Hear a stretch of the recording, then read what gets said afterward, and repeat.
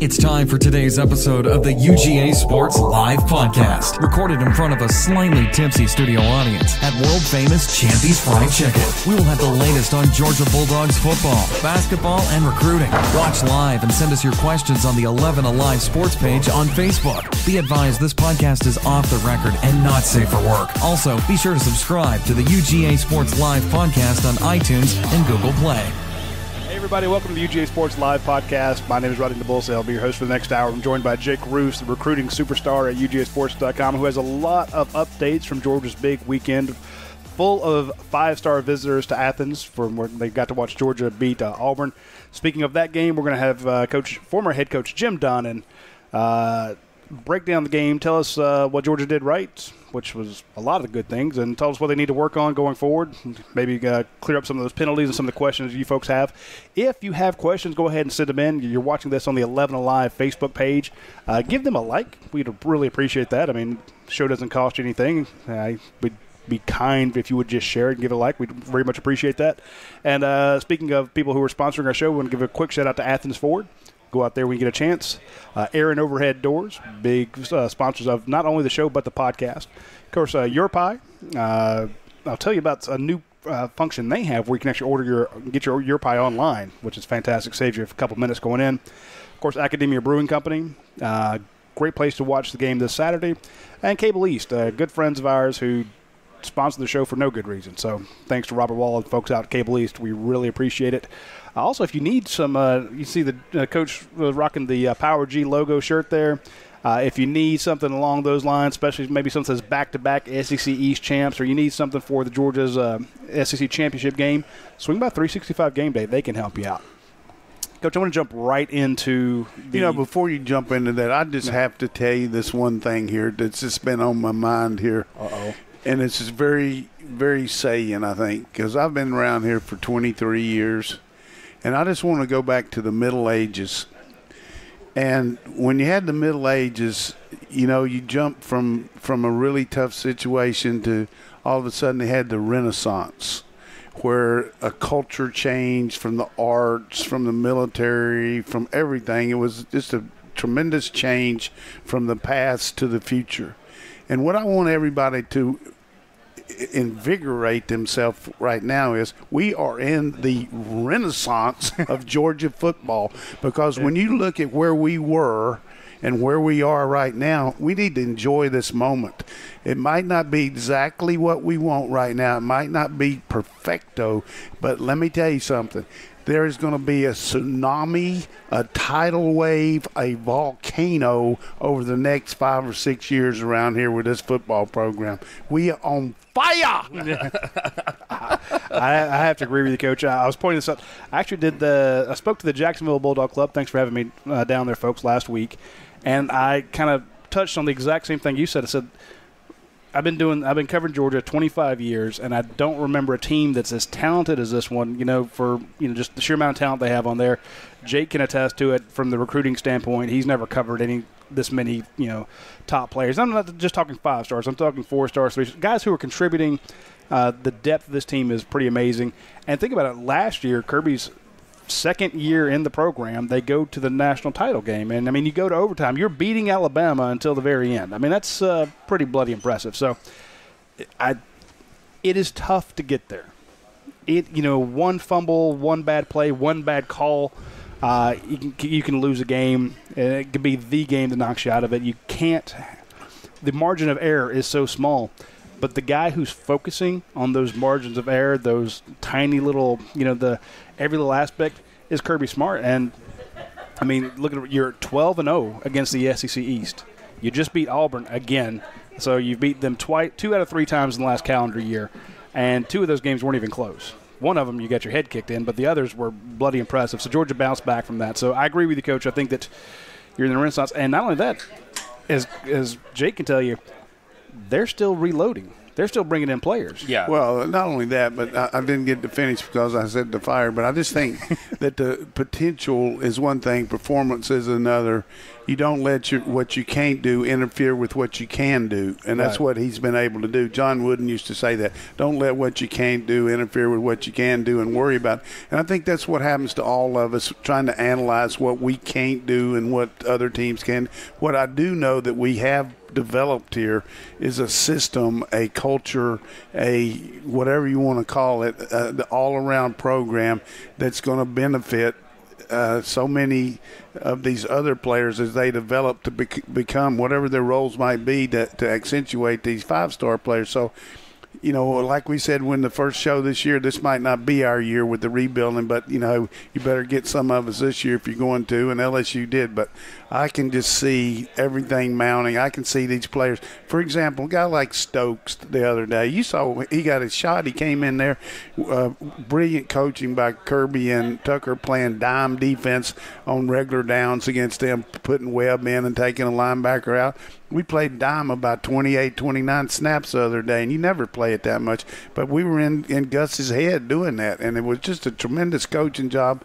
Offense did a great job of keeping the ball away. We didn't score as many points as maybe as we could, but I'm just telling you now, I enjoy watching things develop. I've seen it happen here over the last 3 years. I've seen the way these kids work. I see their preparation and starting to really pay the fruits of the dividends of all that hard labor right now. Yeah, I mean, I think pretty clearly. I think you're seeing Georgia come out and answer that bell that people have been, you know, wanting them to go, wanting them to do for so long. You know, looking back over last Saturday, Coach, what was the most impressive aspect for you? I mean, I think a lot of people would point to the run game kind of first off, but, you know, is that what caught your eye as well? Yeah, I think a couple things. Third down performance, both sides. I thought we got off the field good on third down, and we kept the ball on third down against them. And Jake was phenomenal. He's been phenomenal the last 3 games as far as third down conversion. That attributes to good protection, good routes, and catching the ball in the open field. And the fact that Swift has really come back around with his, you know, confidence with his legs and everything. He's such a threat to run the ball on the draw, but then you fake it to him, and then you got to cover him out of the backfield. And if you have enough time, Jake can see the different levels, and then he comes back to this guy underneath, and he's just devastating underneath when he catch a ball and make a first down and keep his sticks moving. You know, we got so much to talk about. We'll answer all the questions, but I just think the fact that if anybody told me we'd rush for 300 yards against that stout defense, I think they're smoking some serious weed. So that was pretty impressive. It was very impressive that we were able to do that. And with you wouldn't call it a makeshift line because every time somebody gets hurt, a guy that's played comes in there and plays good. You know, Baker comes in for Cade, who's had you know, if you have a bad shoulder, that's tough to be an offensive lineman because of what you're doing, particularly against those guys. And then Baker goes down, and then we get Ben, who really, that helped Ben's confidence to go in there in a game when the game was really salted away, but just get your feet wet a little bit, and he'll be ready to go this week against the guys from UMass. And we got to tell one quick story about Massachusetts because they're coming in here, man. I'm telling you now, it's not every day you get to tell a joke about somebody from the north. And Roddy's heard me tell this, but I'm going to tell it anyhow. But there's these two guys in this bar up in Massachusetts, and they were in there drinking like you do in this Irish pub and everything. And the guy says, "Where you be from, laddie?" He said, "I'm from Ireland." He said, "You're from Ireland? I'm from Ireland too. Whereabouts?" He said, "I'm from the south side." The south side. And first of all, he said, "Where are you from?" He said, "Dublin." He said, "Dublin, yeah." He said, "What's part? The south side. Where'd you go to school?" Jackson Technology. Hey, Jackson Technology. I'm from Jackson Technology. What year? 1994. 1994. Jackson Technology from Dublin. Both of us in the same bar here in Boston, Mass. I can't believe it. So about that time, this guy comes in the bar and asks Charlie, he said, "How's it going tonight?" He said, "Oh, it's going pretty good, but the O'Brien twins are back there drunk again." Oh, man, but you don't get many Massachusetts jokes because you don't play them, but those O'Brien twins couldn't remember where they're from there too often. That's pretty good. The line on this game is 44 points. And now am I mistaken in saying I believe Patrick Garvin said that's the largest line that Georgia's had, I think, in some massive amount of time? Yeah, okay. It's a Jesse James line. What shot Jesse James? 44, man. Hey, that is an unbelievable line. And they got some pretty good firepower here with their offense. And that's what happens when you tell good jokes and bring you some catfish, man. My God. Hey, how are you rewarding him for that joke? Hey, seriously, though, catfish here, I mean, as good as a chicken is, a catfish is stronger than bridge cable. I'm just going to tell you this right now. This team scares me a little bit because of what's looming with Tech and with Alabama and everybody talking, because they got some firepower. They know what they're doing throwing the ball. Mark Whipple was a offensive coordinator for the Pittsburgh Steelers when Roethlisberger was first starting out. I mean, he coached in Miami. He knows how to throw the ball. They got that Isabella kid, one of the fastest kids in America. So they'll make some yards on us and all. And obviously, I'm not being the prophet of doom. We'll get after them, but it's not going to be like playing Austin Peay or some of those teams. We're going to have to play a little bit. I mean, these guys can score points. Well, let me ask you this, though, too. Hey, we talked about this in the press conference with Kirby yesterday. Obviously, he's going to say what he's going to say because you have to in public. How hard is it to get your team up for a competition like this? It's tough. It's really tough. But the way we practice and the standards that we have, you got to get ready because whoever we're playing, I don't care what team it is, we practice 2 or 3 periods every day, ones versus ones. So if you're not out there giving it your all, you better be ready for that. You know what I mean? You could slough off and get by on the running the scout team maybe. You know what I mean? When you're going against them. And the other thing that you can't, some of my players would really hated it because they tried to slough off. When you got those things that are keeping up with how you're producing and how much you're running. GPS trackers on them. GPS tracker. You can't fool those babies now. I mean, unless you get a lightning storm or something. So these guys got those. They're checking their ass out pretty quick. Excuse me. But so you better be out there. And everybody knows the intensity Kirby's got. Yeah, you can't cheat. But I do think, and I don't know that we'll do this, but it would at the end of the year, you cut back in practice and do a little bit more mental walkthroughs and stuff like that. I would think with the time allotment we have, we might spend a little bit of time just teaching our scout team after practice what to do on Tech's offense looking at some things. But we're not going to overlook this game, and we're not going to look too much to the future. But I think our preparation will be really good because that's the only thing that gets survival out there, man. I mean, you got to go out there and do what you're supposed to every day. But I hate to say this, but with a committee now determining who gets into the playoffs, and they have to win the SEC championship to get in. There's no question about it. But if there was a situation where the committee is looking at them, in any other aspect, saying, maybe if Alabama lost to Auburn, just anything where you're looking at a situation where they have to judge you on your loss versus some other teams with a one loss. In a game like this, do you have to go out and put up 45 points? I don't think so because after tonight we'll still be 5th. Yeah. And, next week you're going to see Ohio State or Michigan play each other. You're going to see Oklahoma and West Virginia. Next week's going to be the tell-all, as far as what happens there. And Notre Dame this week against Syracuse is huge. Syracuse to me is a team that's very difficult to defend. They really do a great job, but their defense is going to have a hard time. I think Book's going to be back at quarterback for Notre Dame. So we can talk about all those scenarios, but Notre Dame's in. There's one place left if Notre Dame and Clemson both win out and Alabama wins out. And who's going to get that? Ohio State, Michigan winner, or, if Alabama would win out, we'd be with 2 losses. So you could looking down of us maybe playing Oklahoma again in the Sugar Bowl. I'll take that. Yeah.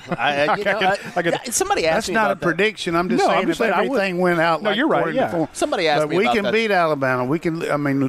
They can lose to us too. You saw what happened last year. Who would ever thought we would play them like we did? And the way our offense is playing right now, with the confidence Jake's got, and the way our linemen's playing, and the use of Justin in certain situations, you realize that he's been in the game 27 times on third down situation, converted 15 of them. 12 of them for first downs, 3 for touchdowns. So with everybody in the stadium knowing what he's going to do, he's still been pretty efficient. And everybody wants to talk about the bad play he made on the goal line. It was a bad call any way you look at it, 1st and 2. You try to see if you can do it, but we're going to show him something we hadn't done, and it didn't work out. But, overall, the fact he got to play 15 snaps the other night against a really good opponent's got to help us down the road. That's actually what one of the things I wanted to ask you about when you have a team. And we'll talk.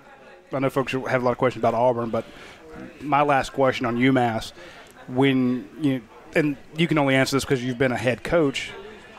I'm thinking if I'm a starting quarterback, I'm a starting running back, I'm a starting wide receiver, and I see a team, and I'm not trying to blow up UMass, but it's not a strong football. It's not Auburn. It's not LSU. It's a team you're supposed to win by 45 points. Are you thinking as a starter, hey, I finally got an easier week. I'm not going up against this all-star cornerback or this defensive line. I want to get my stats, get my numbers up, get my highlight reel going up, because a lot of us in the media, we think Georgia will get 3 scores and then put in all the subs. And at one point, in other words, are the players, the starters, are they thinking, yeah, I want to stay in because I want to, get my numbers up, have fun playing against this team versus, you're as a coach, you're like, hey, we got a good lead, let's bring in the other guys, get them some snaps.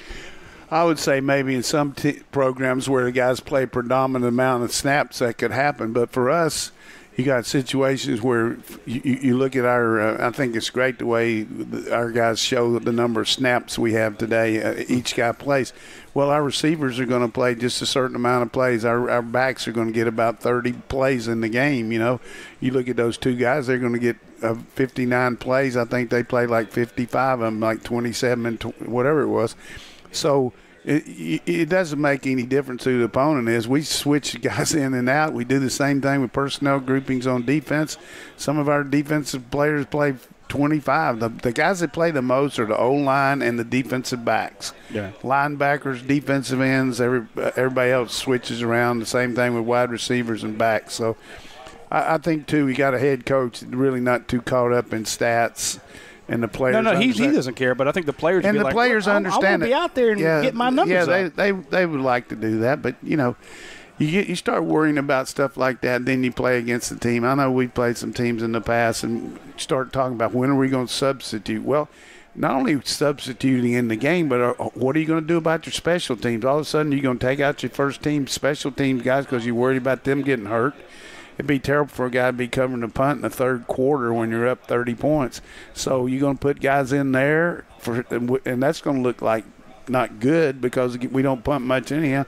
Same thing with, kickoff coverage and all that. So, I had a guy one time, his dad said, this coach said, I give a scholarship if you let my son run down on the kickoff. I mean,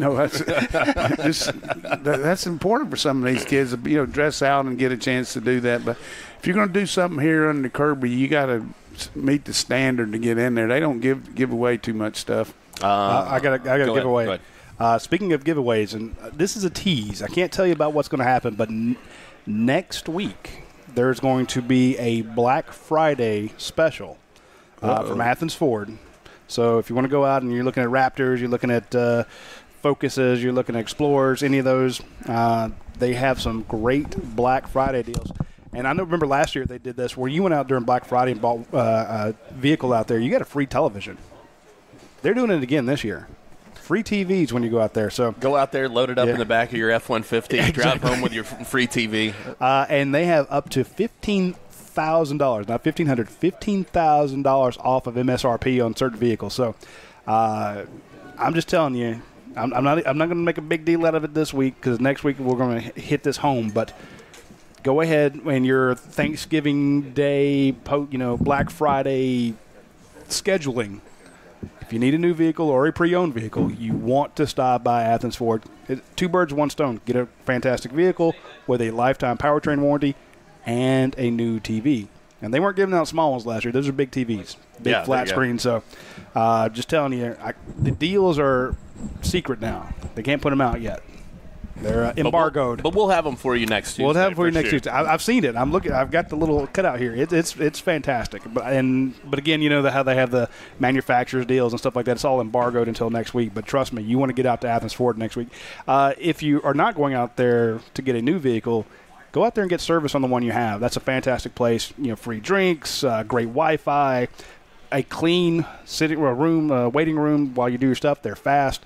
So if you need any service on your vehicle, swing by Athens for it. Coach, this is an interesting question here. Got a bunch coming in for you, but I thought that this one, particularly after the last couple of weeks, was relevant, and maybe we'll see this guy this week even a little bit more. He said, Lloyd Dixon wants to know, which 2018 recruit has surprised you the most with what they've done on the field? Ooh. Jordan Davis. Okay, Coach. I couldn't resist. I think Jordan's because he wasn't a big part of things early, has been more than a pleasant surprise. Just really played well. I would think. I don't know. I just think all of those 5-star guys, the guy that's been the most, has contributed probably most, been Cade by as much as he's played. But I'm not surprised after watching him in the spring that he was going to be so good. But he got the opportunity. But I'm really not that surprised about any of these guys. I'm just hopeful that we'll continue to develop Tyndall and Walker, at the linebacker position where we really need it down, this year and next year. But I guess the biggest surprise to me of the whole group has been Stokes. Just we talked about him last year, and we thought he was going to come around, after spring because of the way he can run. And he just really – he's a very smart player.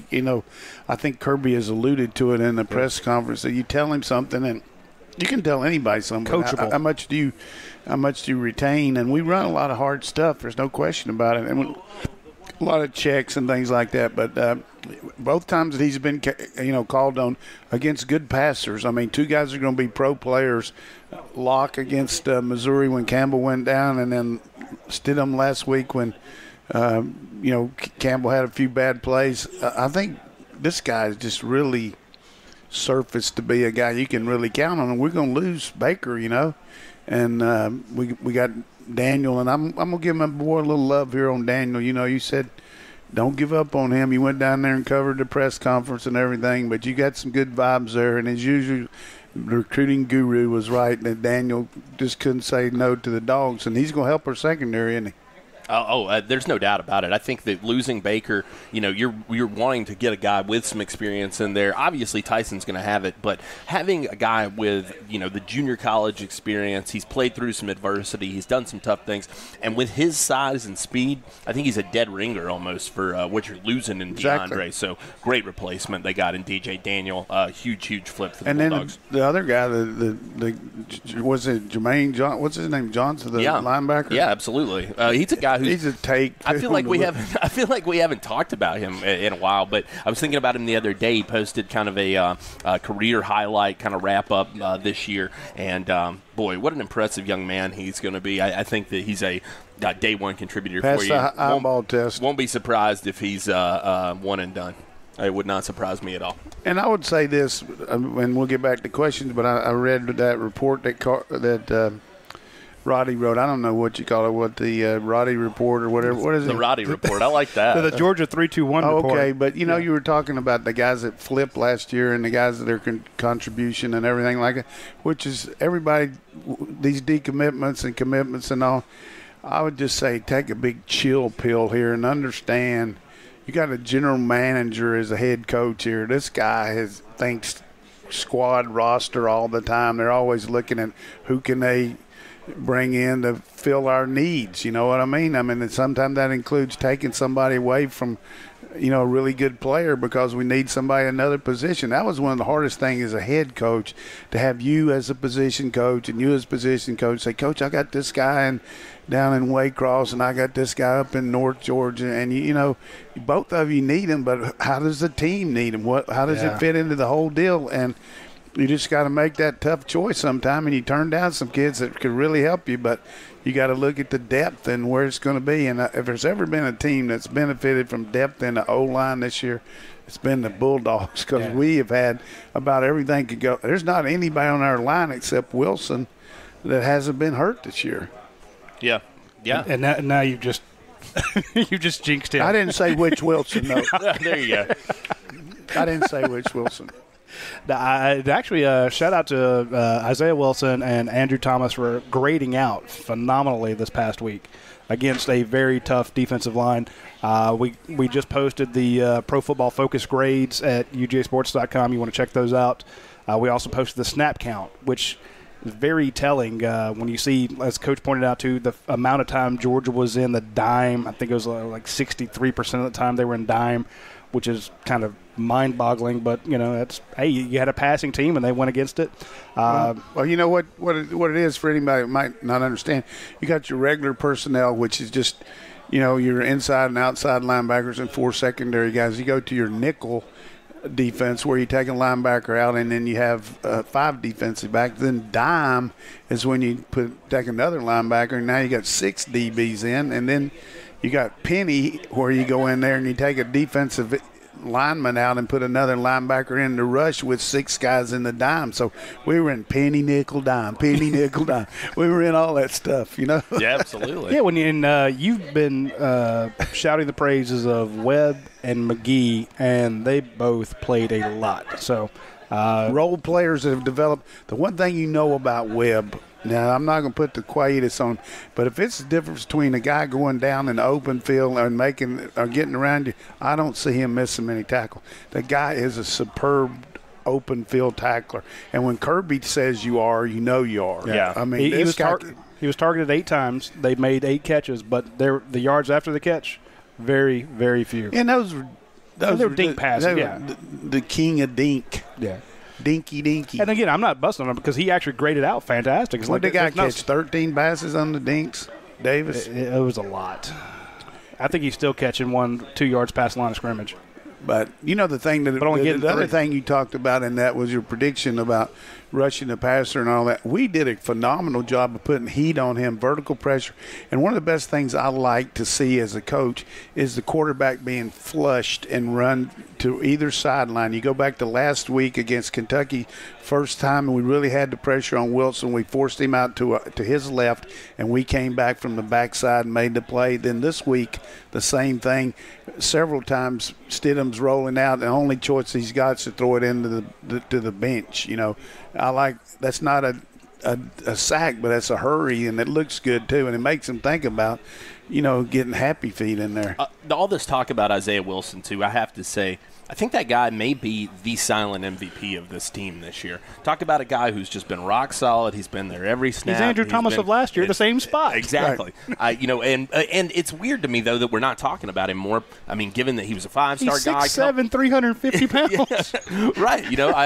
I can't believe being a 5-star guy. It seems like we're talking about these guys getting rotated in, and what a great performance Cade made. And I'm not knocking any of that, but what Isaiah's done this year, I think, has been very, very critical to what Georgia's been able to do. I want to add one thing to that. Last year, when he was being redshirted, there was not a bigger pro-team guy in his social media presence, in his actual presence. There was never any resentment, never any whining. Everything that UGA put out, he followed recruiting. He worked on recruiting some of the guys that are part of this team behind him, this class behind him. Very, very pro-Georgia guy from Brooklyn. Well, you see what's happening with him, though, from that standpoint. That's coaching, too, that, you sit down with a guy and you tell him, look, right now, you look around at our team, and based on the way you are right now, why use a little bit of time on you and play you a little bit when you can get into a really good weight program, you can redefine your body, and – essentially, you don't tell them that, but you're going to make a lot of money by sitting out this year. Yeah, absolutely. Yeah, you tell him that. You absolutely tell him that. No, you tell him that if you're going to give him some, but I'm talking about from the pro standpoint. You know what I mean? It's just, and he's a pro lineman. Just look at it. He's got too good of feet. George Foster checking in says he's happy to see us giving out some O-line love. Also George? says, old George. Tell his mother hello for me. There you go. George Foster, what a good player that guy was. Just so you know, we're replacing you in a couple of weeks with George Foster. He actually agreed to do the show. So you should probably replace me because I bring nothing. I bring nothing to the show. George is asking a question? No, he just he said some O-line love, and then he also said that catfish looks good. We will have as much catfish as he can eat when George comes up to do the show. Hey, George is a good man. I tell you what, some good tackles there, George and Terry and Jonas and Stinchcombs. I mean, good tackles. And I think that's also helping Sam Pittman. He's Sam Pittman, again, my MVP of the season. And I know it's most valuable player, but I'm going to give him a player's award because what he's done with this offensive line has been impressive. But when you're looking in the NFL and you got Bowling playing next to Cordy Glenn, the left-hand side of that Bengals line is all Georgia guys. You see Boss Andrews. Except the way they played against the Saints. Yeah. In the Saints, they've got some fantastic tight end over there who's a former Georgia guy. But point being, I'm looking at all these guys they're going to have in the NFL. And did you see that where Ben Watson tweeted about they took away the touchdown he made? Or the catch or something, but his little boy said, well, Dad, I'm still going to count it for you. Yeah, there's a touchdown, yeah. He said there's a touchdown to me. He's having congrats to Ben for his twins, I think, on the way? Twins on the way, so. Yeah. I mean, what a great dad. And what a cool celebration that was to stick it under the shirt. That was awesome. It's interesting that you were talking about that because somebody asked a recruiting question related to the NFL. Robert Barnes says, my question about recruiting is, do these high school running backs watch the NFL? Gurley and Chubb are in highlights every week and look at the linebackers making plays. Robert, I can assure you they absolutely do watch those guys, and you better believe that when Del McGee is sitting in your living room, that's what he's talking about. He's talking about, how you can be the next one of those guys. If you saw what Nick Chubb, Todd Gurley did this past weekend, when Sony gets healthy, he's had a good rookie campaign, all things considered. And they probably even claim Isaiah Crowell. Sure. Here's the thing, too, that helps there is the fact that these two guys are in the same class, but they got drafted because we share the load. Look what we're doing this year. We're sharing the load with these two guys here. So there's room for you to play here early and get a lot of training, and you're going to get a train. And to me, a big selling point, you might lose a spread quarterback once in a while because of what we do under center and all that, but training for the NFL, a back gets a lot more practice at blocking pass protection, running routes, and doing everything in our system than they do in a spread system. Yeah, I do want to point out something, and this is although we have some spread elements for you quarterbacks that would like to do more. To the coach's point, you can tell a kid, hey, come here, share the load, and they kind of – it almost feels like a line. Yeah, absolutely. Because a lot of these kids, they are the premier back at their school. They're used to getting the ball 100 times, in 3 games, and they're looking to be that star player. But when you can say, look, we did a system where we shared the load between 2 backs, and we had one guy became the second most successful rusher in the history of the SEC. The other guy became the third in the history of the University of Georgia, and they got drafted in the first round and the second round. And then you go, well, those 2 guys are flukes, but they're not flukes because Dave McMahon pointed this out. Last year, Nick Chubb and Sony Michel through the 10 games had 250 rushes, 1,600 yards, 19 touchdowns. Through the first 10 games, DeAndre Swift and Elijah Holyfield, 234 rushes, so fewer rushes, 1,575 yards, only 50 yards less, and 13 TDs. You didn't do it just once. In other words, you can't just say, yeah, it's not lip service. Yeah, it's not lip. Exactly. It's not a line. It's not a story. It's not, well, Sony and Nick were special. You're able to do it with the next 2 guys up. Absolutely. So when you're Georgia lost. Well, we do it in tandems, though. I mean, you go back. Yeah. You go back to when I was here, we had Orlando Scary and Robert Edwards at the same time. Then were they any good? Patrick Pass coming right behind them. Then you go with Marshall and Gurley and now this. So there's a tremendous history here of. I think the system. Cook and Zamir White. Let's see what they can do. I think the system though really is good for linemen too because If you play offensive linemen in a spread system, you only do RPOs mostly. They don't know if you can run 3 or 4 different types of protection. You can't do scat protection. You can't do slide protection. You can't do blitz pickup when all you do is run block. But if you're doing the system like we do, that's going to get you ready for it. It's going to help you make it. But we're not just talking about going to pros, but I'm going to tell you, every kid that I ever recruited that was worth his salt is thinking about, can you get me to the league? Yeah, absolutely. That's the number one thing we get from these kids all the time. And anybody wants to know it, we can get you to the league here. Yeah, it would certainly appear so. I think that they've made that point pretty clear to these young defensively, probably even more so, based on the fact that you got a guy calling the plays from the defensive coordinator that was a defensive coordinator in the pros, knows the techniques. You got a guy that's put out phenomenal amount of players as the head coach. Put them out too over there and here. So. Look at Carter last night. I mean, come on. That was an unbelievable hit he put on. Absolutely. That one kid, Mullins, last night. It's a great system Georgia has. I want to point out somebody else has a great system. This is new. We talk about YourPie, and we talk about their 58 locations. I want to let you know what you can do now. You can go to yourpie.com, and you can actually set up your order. So, like sometimes when you walk into a YourPie, they ask you, what dough do you want, what sauce do you want, what cheeses do you want, all the different toppings. Do you want one of their specialty pizzas, like the Voodoo or the Thai Pie or the Southern Heat, the Ishka, the Natural, all those different ones.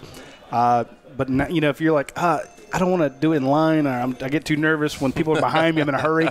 Stage fright. Exactly, stage fright. You can actually, they have a system now set up. You go to YourPie, and you actually order it online. And it pops up, it says, pick your location, put in your zip code, it'll show all the ones next to you. And then you go through it point by point, which crust do you want, which sauce do you want, all the different toppings. And you go ahead and put your order in, and they will have it prepped for you when you get there. So, again, it only takes I've had people say, well, if it's going to take too long because I walk in, I order a pizza, they have to cook it. And I think that's a holdover from some other restaurants who are very slow to cook you a pizza. These things are incredibly quick because they're thin crust. They put them in a super hot oven. By the time you've got your drink, got your thing, checked your phone, they're bringing that pizza to your table. Now it's even faster because you can order it ahead of time. So give YourPie online a shot. It's improved. And sign up for, you can get a little not exactly a newsletter, but if you give them your email address, they will send you specials all the time. I mean, I went out there and had a pizza for $5 because they sent me a little coupon code. I'm like, oh, okay. Don't act like you pay for pizza. I actually do. I do. Of course, then I change my rates on them, and we jump it up each time. Each time they make me pay for a pizza. And we're still, if somebody wants to get a franchise, then we could get that free for life pizza deal. So my career goal is to get the free pizza for life. Ronnie Brown we got some recruiting questions rolling in. Ronnie says, Jake, did UGA take the lead for any recruits they may have been trailing for coming into the weekend? Good question for sure. I will say the one guy that I've heard that they've made some significant ground with is Kier Elam. I think that that's definitely a guy to keep on your radar as far as Georgia making gains. That's kind of a battle between them and the Gators. Obviously, pulling him out of Palm Beach Gardens would be a huge get for Georgia. He's a very lengthy cornerback, like a guy that they really like in this class, and they've been on for some time. It was not a for sure thing, and most people were leaning Florida there. We've heard good things about the gains Georgia made this past weekend with Elam, so be on the lookout for him. Elam and Stevenson would be great, right? That would be an ideal pretty much finish. And then you had Daniel. You got Daniel, Sign, Stevenson, Elam. If you finish with that 4 in your backfield, that's strong as Ajax to steal a line. And then you get Clay Webb. Yeah, and then maybe you get Clay Webb. Running back. You gonna play Clay Webb at linebacker? No, I just want Clay Webb. We're talking defense, man. You like a center, don't you? Hey, George Foster knows I like linemen. I think one thing might hurt us a little bit with him is seeing Hill play, but we could play Hill at guard, I guess.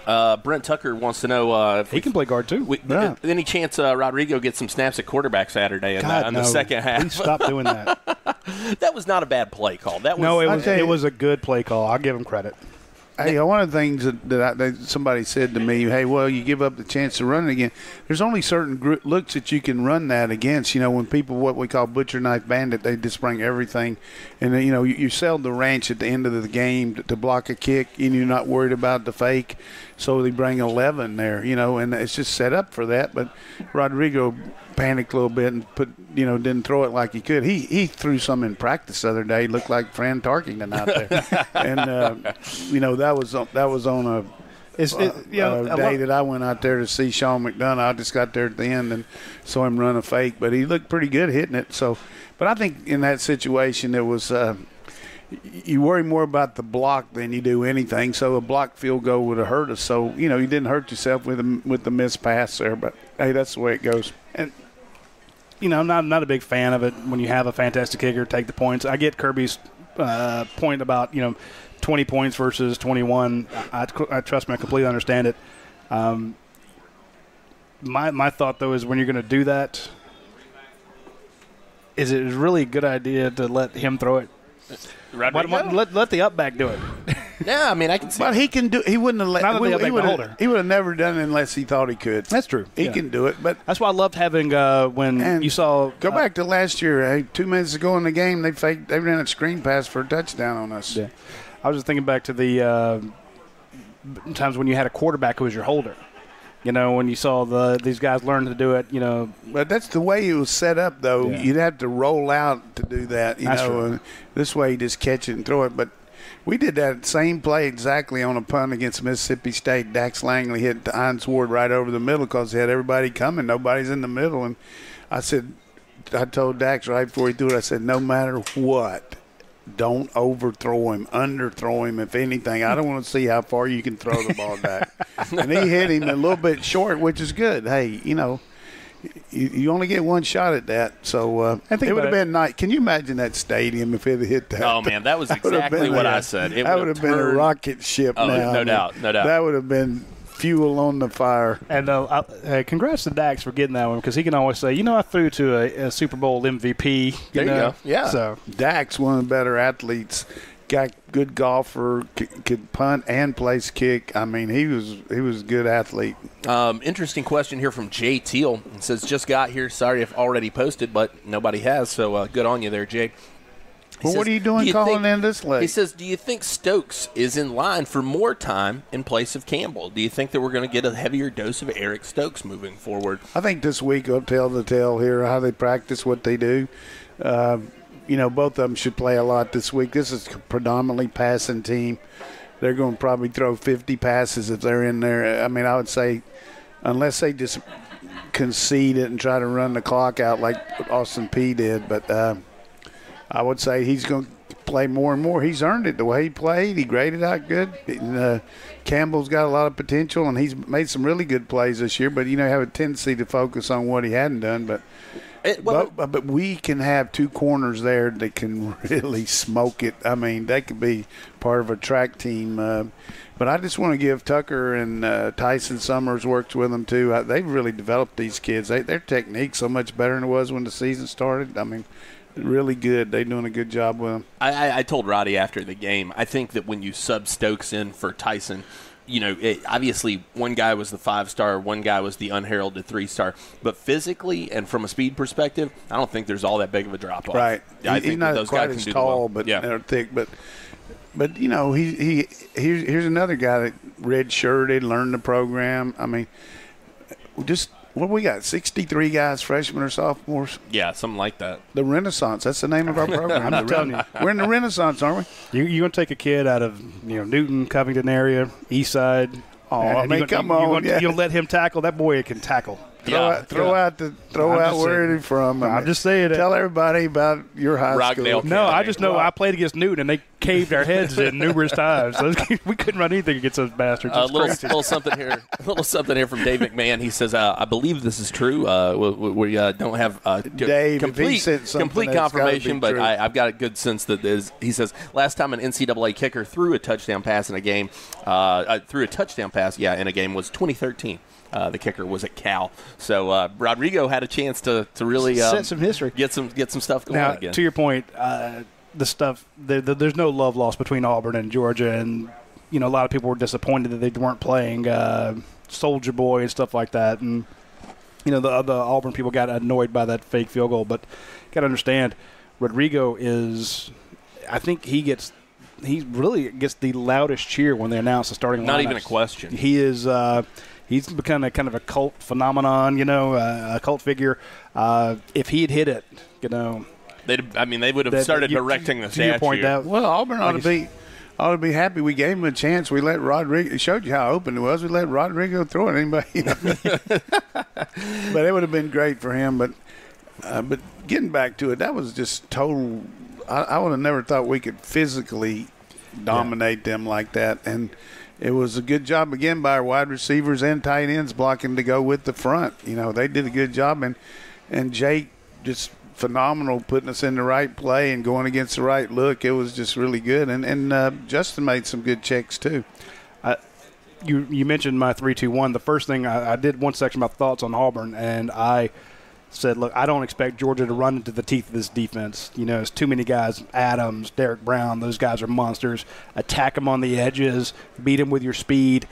And Georgia did some of that, but then they also went right A-gap, B-gap, right at them, and had wild success. And it's the last thing I expected. And well, it happened, though, because of what you predicted. That loosened them up, the plays in the flat and all. They just couldn't box it up on us. They knew that we were throwing the ball, so that opened up those areas. And people underestimate those big old guys coming off the ball. We got some mass in there now. We got some thick stuff coming at you. And if you can just get on them, it's hard to – you might not move them much, but the way these backs run, the way Holyfield cuts back, the way he hits it quick, and the way just ridiculous the way the Swift can jump cut and stuff like that.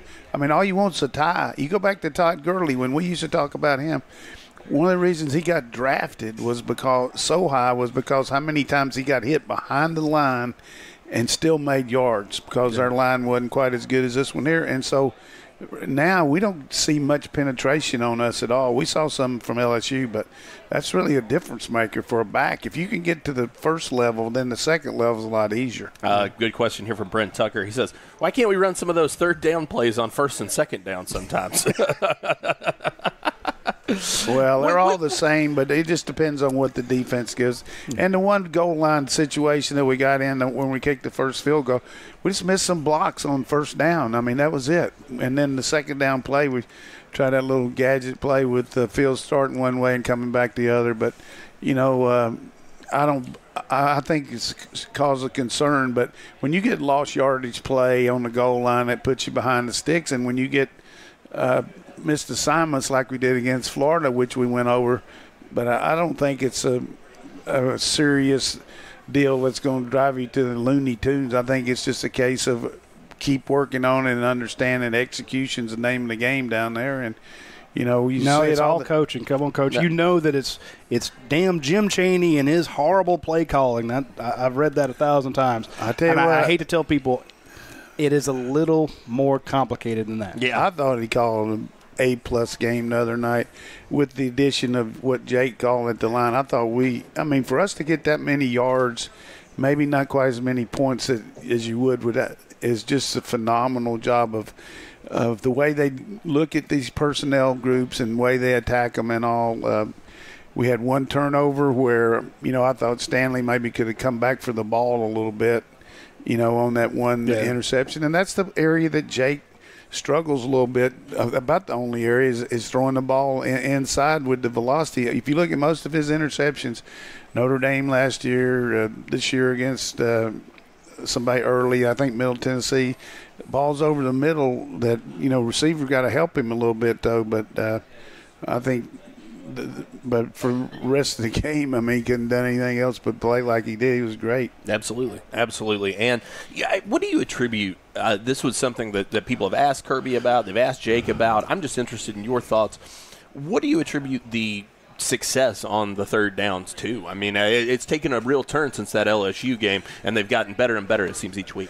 Yeah, I think just the fact that we weren't challenged early in the year and we didn't have a lot of them, and we didn't know some of the things we couldn't do. You know what I mean? So we found that out against LSU. So by working and taking some of that out of our plan, we've condensed it, and we're doing, whether it's throwing to the backs out, throwing shorter routes, hitting the tight end zone check down.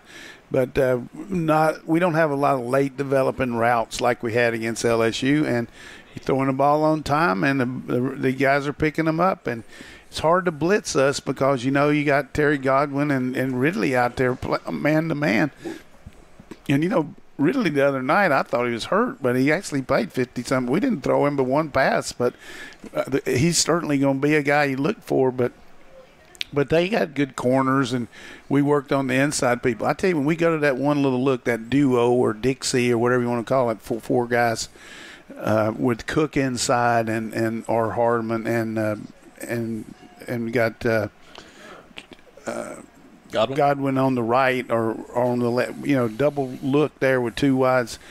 Put some stress on you. Whichever one the safety's covering, the other guy's on the linebacker, and they just run an option route in or out, and Jake just puts it on them. That's tough. Almost the same play identically that we ran to Isaiah McKenzie against when we really need to have it against Missouri out there when we won the game. But we didn't. On that one, he went more vertical instead of crossing. But, again, just picking out the low part of the defense and taking advantage of it. And I want to give Kirby a lot of credit for his clock management there. We had the timeouts and all, but he let it go down to 29 seconds, knowing if we didn't make it, that would give them very few seconds to do anything. But if we made it, we could still kick the field goal. So you got to look at it both ways, but I thought it worked out good. And, again, touchdown was pretty good. And then our kicking game, down in the ball on the one, again, we continue to do that extremely well. Taylor Vandiver says he's got the solution here. He says, I want to see us run some jumbo package on those goal line situations. Let's use Devontae Wyatt as a ball carrier. I think he was a running back in high school. He absolutely was at Towers High School. Go back and watch his high school film. That dude was a truck from the running back position. Well, we ran jumbo one time against, not with a refrigerator type deal, but we did that against Florida. Put in another lead blocker there, but hey, there's plenty of suggestions. But sure, we'll see. They did it again this week. They brought in Luke Ford as a tight end. Yeah, the next it didn't work. The next 2 weeks are not going to be a real issue on the goal line. So I think we just got to continue to work on it and see what happens. But I do want to point out he's mentioned Devontae Wyatt. I thought he had a fantastic game. Every time I looked up, I saw 95. And getting better each he's week. Improving. Yeah. He's improving. And that's funny. It's that same track that we saw Jordan Davis come on. And even Kirby in his press conference said when they were mentioning his run defense, and he's like, we got some guys healthy. And he mentioned, and he didn't even point them out, but the fact that you got, Wyatt coming back and he's spelling, Rochester and Ledbetter and Wyatt and guys like that. How about that play Clark made going inside out and going over toward the boundary? I mean, he made a tackle so far away from where he started, and he punched the sky, and he deserved it because that was an NFL. That's on his tape. Got some juice. Yeah, he flew over there. And again, I expected this game to be a lot closer than it was. Just because it's a Georgia-Auburn game I mentioned on the show last week, but Georgia gave them one touchdown on the second drive, and then that defense just stepped up and said, look, like you said, they ran that dime, and then Georgia ran right at them, ball control, had 38 minutes he had the ball? Yeah. Kirby's game plan came to fruition almost the exact way he wanted to draw it up, and they left points on the field. There were some times that they would have loved to have gotten some. In other words, that wasn't Georgia's best effort, and it still went the way they wanted it to. Right. Let me just ask you a mathematical question here. Come on. They said there'd be no math. What is 12 and 3? 15. 15, right. How many times have we beat Auburn out of the last 15 games? 12. Hey, serious. That's serious now. 12 and 3. That's legit. Let me ask you this. If you score a touchdown, how many points do you get? And you kick an extra point? 7. In the last 5 times that Auburn's played in our stadium, how many times have they scored more than one touchdown? I think it's 0, isn't it? Yeah. Last 5 times? I knew it was last 3. Well, I'm going to add 2 just for heck of it. Hey, ever since he's been the offensive coordinator or the coach, hey, I know one year they had us 10-0 and they didn't score when he was the coordinator. But seriously, you got to give our coaches a lot of credit and our players because this team is capable of lighting it up, But this They still haven't played their best game yet. I mean, I'm talking about their team, but our team hasn't. No, but we got to save it for Bama, hopefully. Or again, I tell you what, I'm gonna be in the complete. When y'all see me on this show next week, I'm gonna be in the fetal position, thinking about stopping that offense. Now, even if you play good, they make a first down. They all got to do is average 3 yards a carry. I guess what I'm saying to Coach is about Georgia. They played a lot better against Auburn than I was thinking they would. I mean, that was a butt kicking. Sure. They ran all over them. Not exactly what I expected. I expected to see more passing because I didn't think you'd be able to run it as well. Thought you'd see your back. Now, Elijah Holyfield graded out fantastically in pass protection. I expect to see a lot more passing, pass pro. I thought this was, Jake Fromm's game to win or lose through his arm. Didn't turn out that way. If they could have drawn it up any way they wanted to, they would take away the pass from Jarrett Stidham, try to make you have to, make Auburn run the ball, which that worked out perfectly. Like you said, they ran dime 60-something% of the time. They stopped the passing game. They couldn't run it, held them to 10 points. Then you have a situation where its offense runs all over them. You made them you possessed the ball most of the game. You ran it, scored a lot of points, and you still had ridiculous amounts of penalties, and you still left a lot of points on the field. Yep. That game could have been 55 points, 55 like to Kentucky 10. Game That's my point. So it's like you're winning these games against top 10 teams, ranked teams. What happens when they put it all together? Yeah, not playing your best game. Exactly. So you're able to fulfill. Saving it for Tech. There you go. You fulfill your game plan, but you're not at your best yet. And you have players go down. 2 offensive linemen.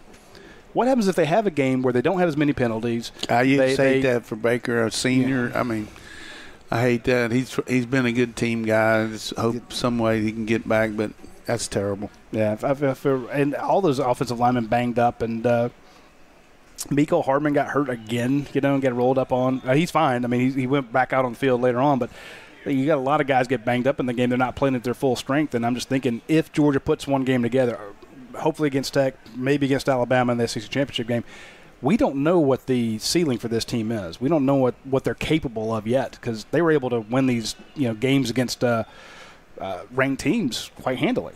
Absolutely. So, I'm excited to see it. I'd love to see it one day. Couple things. You're going to see it here in the Renaissance. Couple of things I wanted to touch on real quick. Make sure you get over to UGASports.com. We've got updates up with Nakobe Dean. Who's he? Nakobe Dean is one of the top inside linebackers in the country. Is he number one? He's number one. He's number one. The number one inside linebacker in the nation. After his visit, reviews that. The big update from him.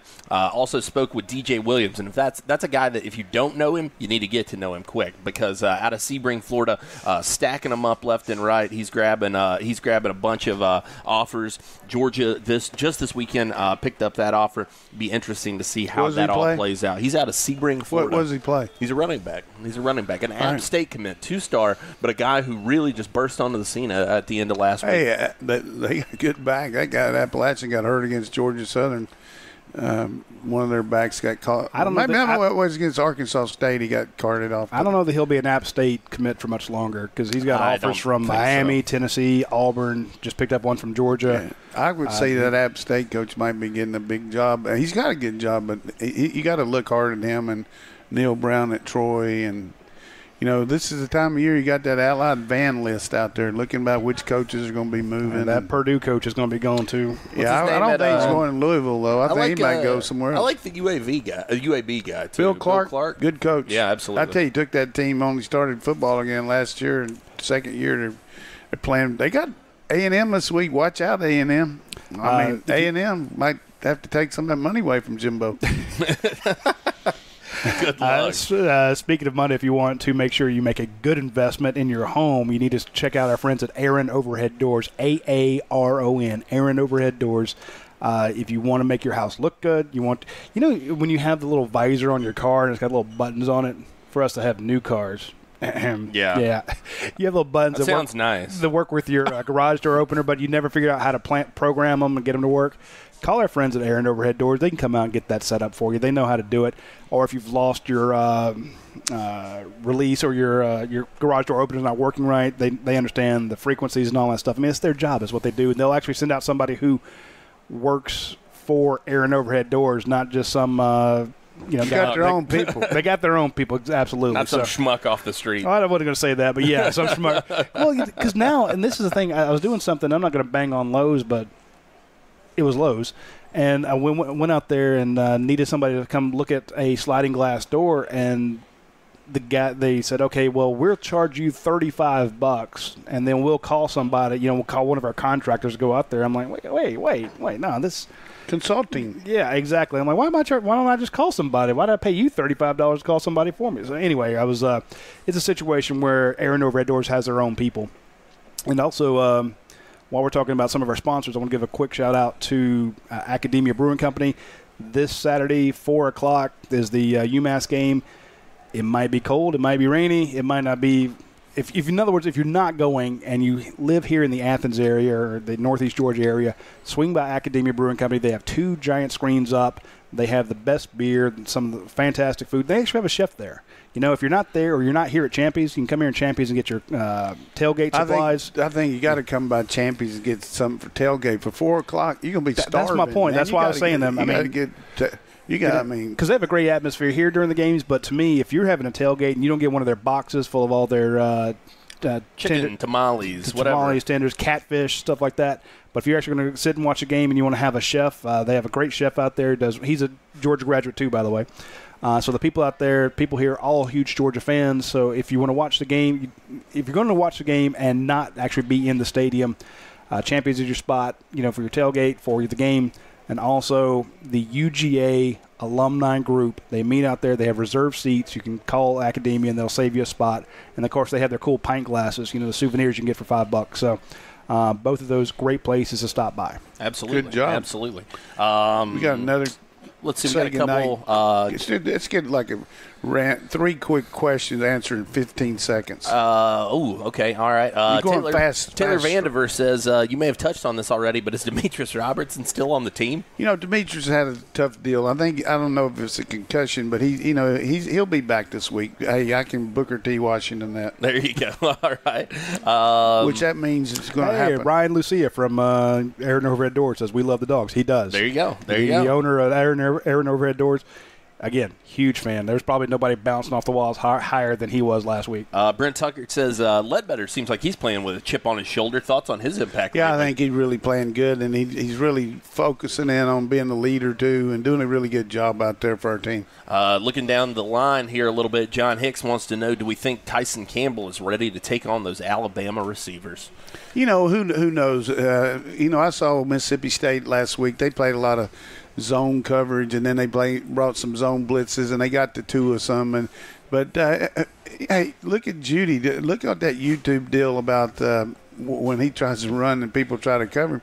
I don't know if anybody's ready, but you got to take a consummate look at rushing the passer, playing underneath, doing all that, stopping the run. But we'll give you a good preview of that game the week of it. We'll talk about it. Jerry Jeudy got the sweet feet, man. Hey, I'm serious now. That bat that Richard LeCount carries, yes, hand that to Tyson Campbell on first down. You can take care of the whole Jerry Jeudy situation right off the bat. Is that you think that would be a targeting penalty if you used a bat? Everything's a targeting penalty now. You might as well get your 15 yards. Jerry Jeudy, we saw him in Athens, and he is phenomenal. Yeah, I love that kid. He's a freak. And he's not the only one they got. It's Henry Ruggs is incredible as well. You move your safety over to kind of give a little help, and Ruggs will eat you alive. So my answer to that question is I don't know if Tyson's ready yet. All right, let's wrap it up on this. Mouthwatering player of the week against the UMass Minutemen. Going to be an interesting contest. You hope that Georgia gets out to the big lead. Some of the young guys get in. Coach, who you thinking gets the shot? Well, I don't know this week because, you just don't know who's going to play and how long they're going to play. I would just say Georgia defense as a whole. You're going to see some younger guys jump out there and do the job. So I think you can see a lot of open field plays by our Georgia defense. Roddy? Brian Harrion. I like that pick. That's a good one. Are you counting on a route then, right? You think? I still think. I mean, he's your third option. Yeah, he's good. He delivers. But if you got if you're up 21-0 or 28-7, something like that, and you're still running Holyfield and Swift, coach is going to catch up. Another thing I want to do, make sure people understand. We used to coach in Oklahoma. Booker T. Washington was a high school there, and in Tulsa when they played, you knew they were going to win, so you could count on Booker T. Washington. That's what I was talking about with Robertson. I think he'll be back this week. He's just I can't say exactly what was wrong with him because it would be divulging something, but you get something happen to you like that, you got to sit out. So he'll be back. I'm going to go with before the lights flicker again. I'm worried that we might drop off. I think my guy this week, Adam Anderson. I think that he's been really close. He's been real close to making some big plays. He's been playing a lot more each week. This is a good time for him to get out there and feast. So Adam Anderson, my mouth-watering player of the week. This is my mouth watering right now. Some catfish. You guys are going to get one piece, and I'm going to get 3. I do not share. That's not true. You got the tamales. I get this. There you go. Yeah, I did take all those tamales last week, and that was for certain. I'll tell you, when you get a chance, swing by here, have them. And if you take them home, have them with eggs. They got good sweet tea, too. That's what I'm saying. All right. Tune in next week. We'll be recapping the UMass game and looking ahead to Georgia Tech. For all the folks at UGASports.com and 11 Live, thank you very much for tuning in. Thank you. That's it for this episode of the UGA Sports Live Podcast. Tune in next week for more Georgia Bulldogs news and notes from Athens.